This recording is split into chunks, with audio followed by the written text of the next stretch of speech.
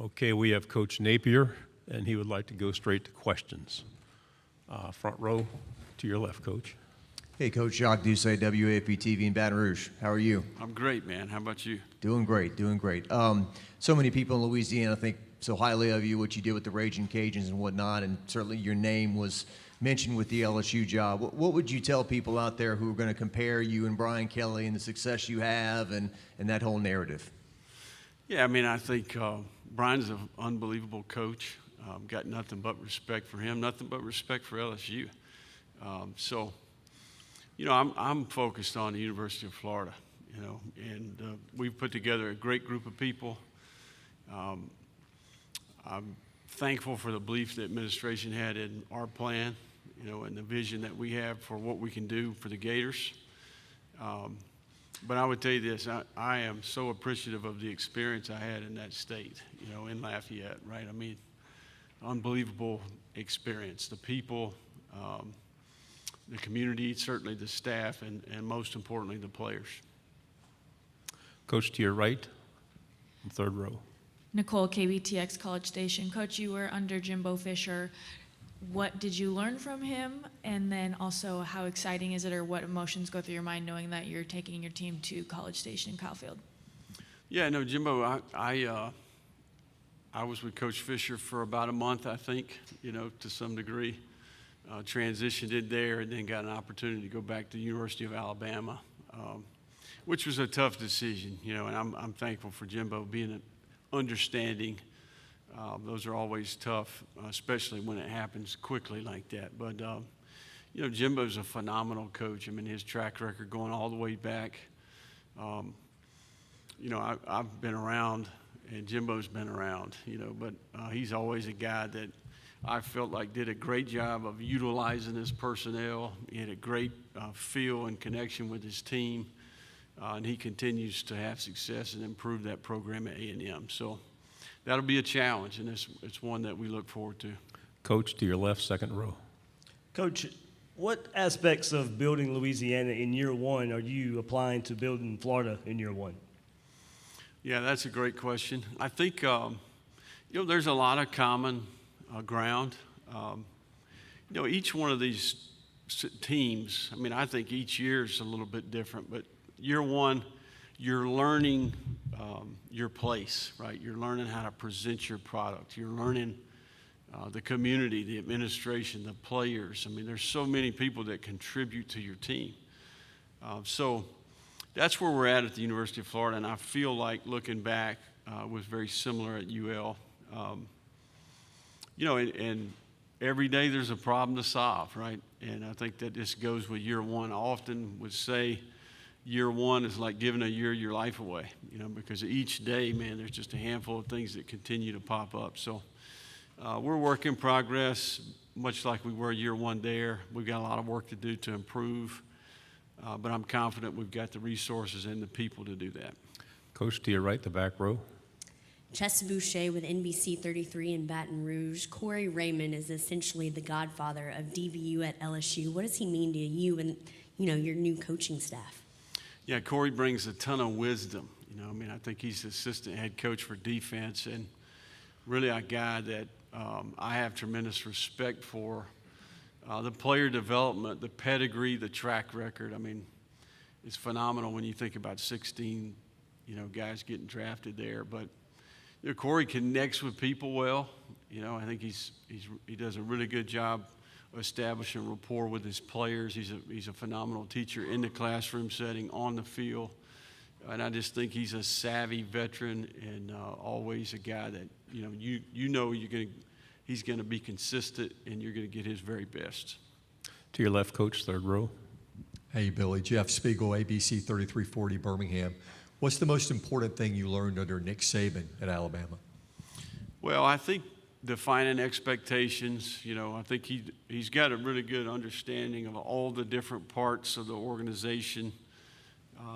You know, and it's his way, right? So he's very methodical. He has his way of doing things, his systems. He defines expectations. He's consistent. He's fair.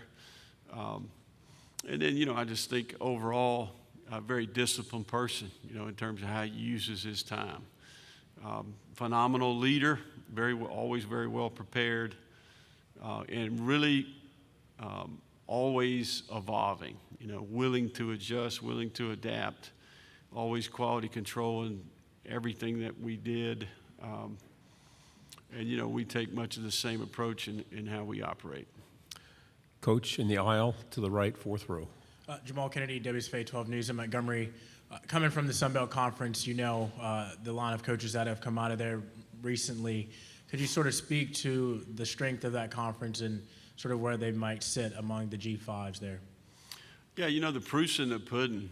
I can specifically remember just looking back at notes from previous years, the Power 5 wins, the bowl record versus other Group of 5 conferences, the non-conference record when playing other Group of 5 teams. And then I think, Carl Benson did a phenomenal job when he made the decision to go to, these 10 East-West divisions, the championship game, I just hit that thing just right. But, I think that league is in the SEC footprint. It's Texas to the Carolinas. The talent pool is there. I think the administration's made commitment. They've added a handful of teams and kind of, branched out a little bit. But it's a great league with quality personnel and quality coaches. Straight ahead coach in the aisle, third row. Hey, Coach, Ben Bobick, Local 3 in Chattanooga. You're kind of a big Murray County high school success story, man. Any memories you have from high school and any tips you learned from your dad, coaching-wise, that you apply in your own style? Man, we moved there when I was 2. My dad coached at the same school for, I think, 20-plus years. I'm a product of that growing up there, right? I mean, we had, carpet mill workers, farmers, a good middle-class economy. It was a blue-collar place, and with values, and I think that it benefited me growing up there, right? And I still, to this day, riding around there, there's too many to talk about, but that place is in the fabric of who I am. I wouldn't be here today without that experience. To your right, fourth row. Coach Ike Jones with the War Report. You've been in the SEC before, but is there a big difference for you now being a head coach of an SEC program, and what are the big challenges that you've had to face so far getting that program up and running? Yeah, that's a good question. I think that probably the biggest difference is early signing period, the pace of recruiting, the timeline has been sped up, summer official visits. Then you throw NIL, portal, right? I mean, so that's the area where I think we are, having to adjust, right? So some of our coaches have experienced it, but for me, everything that we're doing from a recruiting perspective is a little bit different than maybe the last time I was in the league, if that makes sense, right? So, and I think the NIL portal thing, but that's the case for every coach in America. But that's the biggest difference. I mean, I think being the head coach is much like being the head coach at Louisiana. I joke around, just got a lot more people watching, So, we're excited, and Florida's one of those places, it's one of those iconic places in college football. Straight ahead coach, fourth row.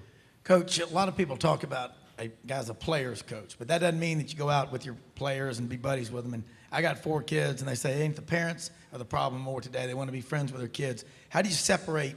You're the coach, but you've got to spend a lot of time letting them know they matter when you're working them hard. And how often do you participate in those workouts with them? Yeah, I think you make a great point. I was reading this past weekend a book and a specific chapter on servant leadership, right? And this guy was talking about asking young people, who are the most influential leaders in your life, right? Typically they say a parent or a teacher or a coach. And then the question's posed, do you always agree with their decisions or their approach, right? Do they always tell you what you want to hear, And hey, they may have tremendous respect for that person as a leader and the impact they made. That doesn't mean there's a difference between servant and submissive, if that makes sense, right? And I think the key to me for young people is that they know that you really care for them and that you're working hard to help them improve. You know, and then once you've made that connection, you know, I think you can coach them hard, you know, and as long as they know that you have a plan and you care for them and you can help them get better. And we're currently in the process of doing that at the University of Florida. Good question. I'm sorry, to your right, third row. Billy, his LSU job was mentioned earlier. Obviously, your name was circulated with Auburn about a year ago as well. What was it about the Florida opportunity that made that make sense for you, as opposed to some other opportunities you may have had in the past? Yeah, I mean, I think timing's important in these jobs. You know, you do a ton of research. You know, Florida, 3 coaches, you know, maybe not quite the success they expected. You know, why, right? I mean, that was my question. And I think I've got a good understanding of that and what needs to be addressed to position Florida for success, right? And I think that the administration was willing to collaborate. They believed in our plan. They've given us the resources to execute our plan. And I think it's one of those places that has history and tradition. They have the degree, the alumni, the passion, right? They have tasted it, and they want to taste it again, right? So there's a passion there and a motivation there, and I think the timing is right. New facility, commitment to growth in the infrastructure, new era with the portal, NIL. You know, we live in a state with 21 million people. We have 470,000 living alumni. We have a top 5 education. I mean, we have a really good product, right? And we are within proximity of a lot of really good football players, right? So we're going to take our plan and we're going to work hard at it and execute our plan, and I'm confident it'll work. Second row, straight ahead. Anthony Patterson with the Atlanta Voice. What did you know about Anthony Richardson before taking the Florida job versus now what you know, and what leadership qualities are you expecting out of him this upcoming season?